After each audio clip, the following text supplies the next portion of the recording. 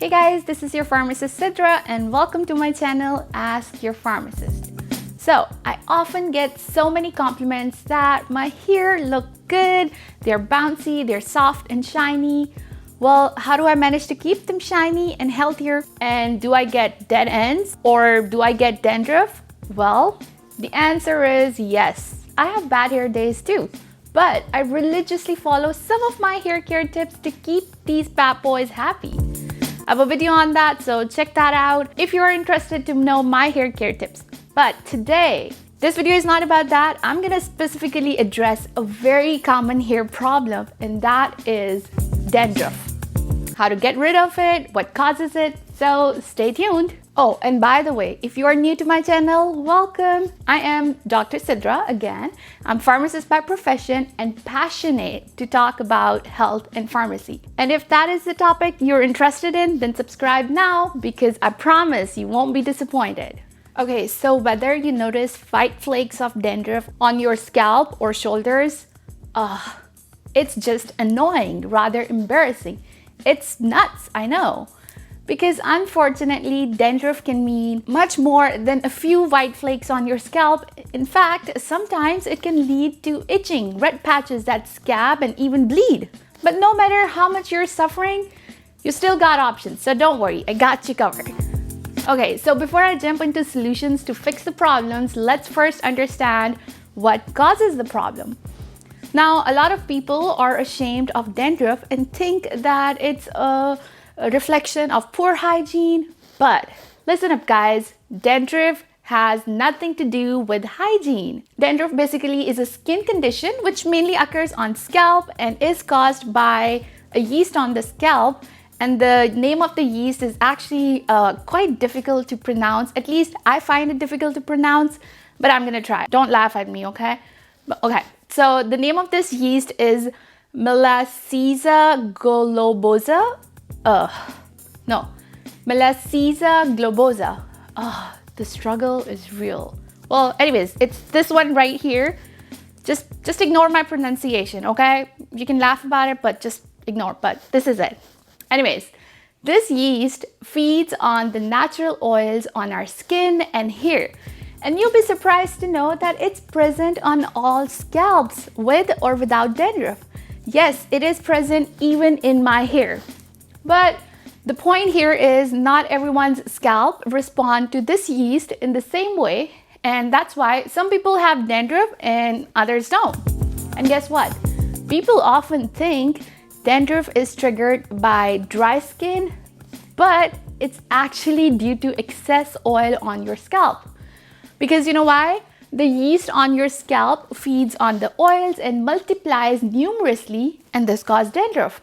Okay, also dandruff is the result of your body replacing old skin cells at an overly fast rate. So these overly growing cells combined with natural scalp oils and the dead skin cells, they in conjunction form larger and visually obvious skin flakes, which kind of show on the scalp and sometimes on the shoulders. And lastly, another factor that can cause a dandruff is shampooing your hair less often. Or if your skin is sensitive to the hair care products like shampoos, hair dyes, or hair gels, so then that can cause skin irritation and thus dandruff.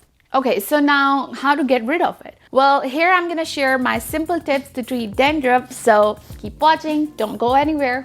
Okay, so the first and easiest step in getting rid of dandruff is to switch from using a regular shampoo to an anti-dandruff shampoo. Pretty easy, self-explanatory, right? Well, because your dandruff could be the result of skin irritation caused by your shampoo, and you know, if that's the case, then this is usually enough to fix the problem. It's an easy fix, right? But when you're looking for an anti-dandruff shampoo, you want to scan for the active ingredients. You want to look for selenium sulfide, pyrithione, zinc, ketoconazole, and coal tar. But you know what, with all these ingredients, you may need to experiment a bit and find which one fits best for your scalp. Now remember, these ingredients can be super drying to your hairs and you may get those bush-like strands of hair. So it's important you pick a shampoo which is hydrating as well. You don't want to dry up your hair, okay? And when it comes to an anti-dandruff shampoo, my favorite one is actually this one. It's the Head and Shoulder Royals oil, I guess. And it's the Moisture Boost shampoo, and I highly recommend it. I love this shampoo because this has coconut oil in it, and coconut oil basically locks the hydration. Because of the active ingredients in the shampoo, it does get rid of the dandruff quite effectively, but does not cause the hair to dry. So yeah, this is my personal favorite. I absolutely love it. And guys, this is like my recommendation, my personal recommendation, something that I love, I've tried. This is absolutely not a sponsored video by Head and Shoulder or anybody else, okay? And you know what, personally, I would never recommend anything that I haven't personally tried or I love. I would never ever just do something for the sake of money or sponsorship. That's not me, okay?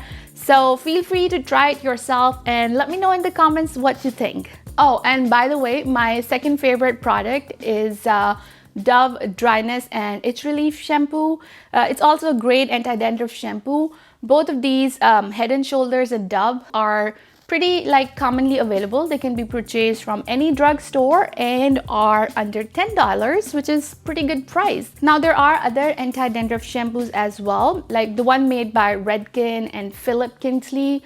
They're good as well, but price-wise, they're higher compared to these two. And when it comes to their efficacy, I don't think so they are any better than Dove or Head and Shoulders. So yeah, because anything with a bigger price tag doesn't necessarily mean that it's better. You know, if something similar can get the job done in lesser price, then why not? Yeah, I mean, you know, why not? I'm all about treatment and budget. So try it for yourself and see what works for you or which one you like better. Let me know in the comments.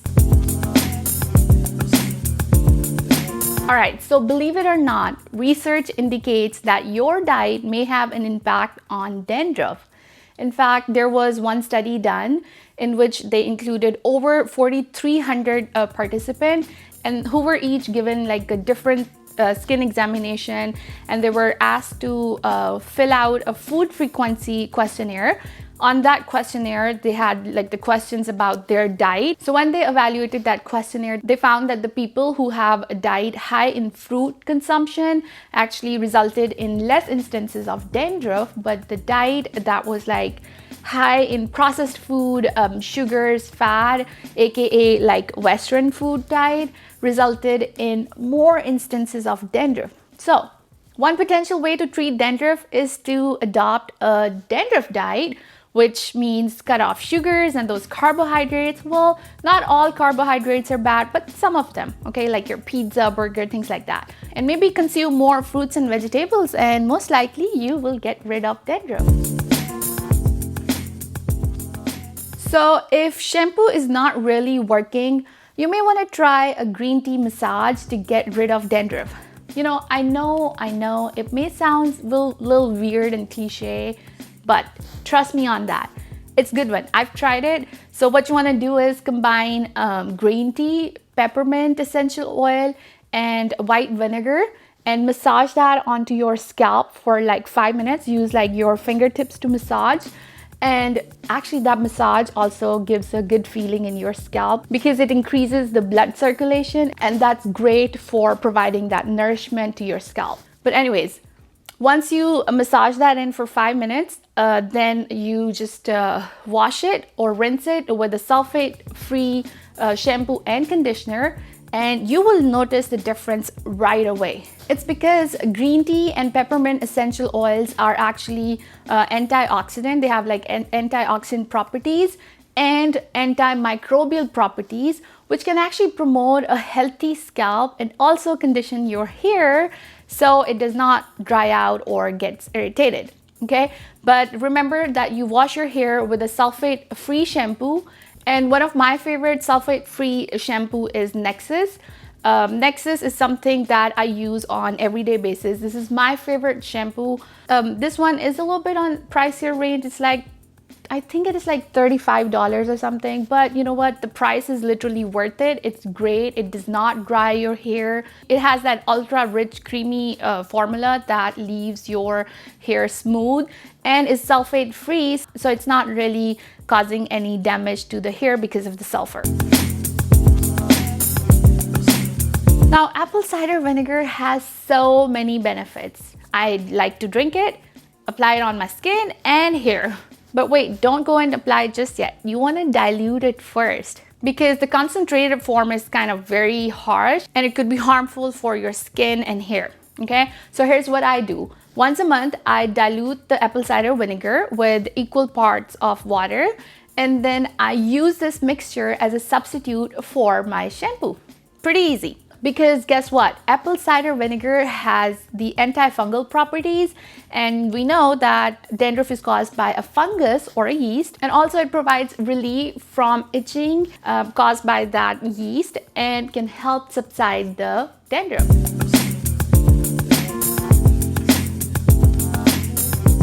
So this is something I get asked a lot, that is dandruff a condition for which you want to see a doctor? Yes, if you have tried all the over-the-counter anti-dandruff shampoos, you have tried home remedies, but you're not noticing difference in your dandruff after using all that for 30 days, well, that's the time when you want to see your doctor, because you know what? Treating dandruff could be tricky sometimes, and finding the right cocktail to zap your dandruff is hard. So don't get discouraged. You haven't burned all your options yet. I recommend that you find a dermatologist or doctor who can assess your dandruff and walk you through the next steps. A commonly prescribed medication for dandruff is ketoconazole, and it's like a ketoconazole shampoo. It's not your regular shampoo. It's a medicated shampoo, so you don't want to use it every day. It's used no more than twice a week. And with this one, you put it on your scalp, massage it in, let it sit for 5 minutes before you wash it off.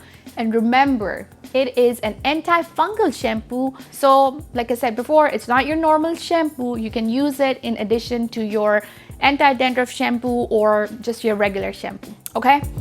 All right, so another treatment your doctor may suggest is a topical steroid, like in the cream or lotion form, that can help soothe any irritation or redness on your scalp due to dandruff. Or another option is salicylic acid treatment, which kind of helps exfoliate your scalp, and it also kind of cancels or gets rid of any excess buildup. All right, so there you have it, guys. My tips on how to get rid of dandruff. You know, I get it. Dandruff isn't the most glamorous of all the hair topics. But hey, if you have hair, then probably you may have dandruff as well. No big deal. Nothing to be embarrassed about. And like I said before, stop connecting dandruff to hygiene. It's not a hygiene issue. It's a yeast. There's a genuine reason. There's a genuine cause behind it. And once you treat that yeast, you can get rid of dandruff and it may never come back. But the odds are that you might experience dandruff again at some point in time. Now, as long as you are keeping up on your anti-dandruff shampoo, you're scrubbing your scalp and following up with whatever tips your doctor or prescription your doctor has prescribed, you should definitely notice a little, if not a lot of relief. Hey guys, thank you so much for tuning in. If you like this video, give it a thumbs up and subscribe now to stay up to date on new videos on health and pharmacy.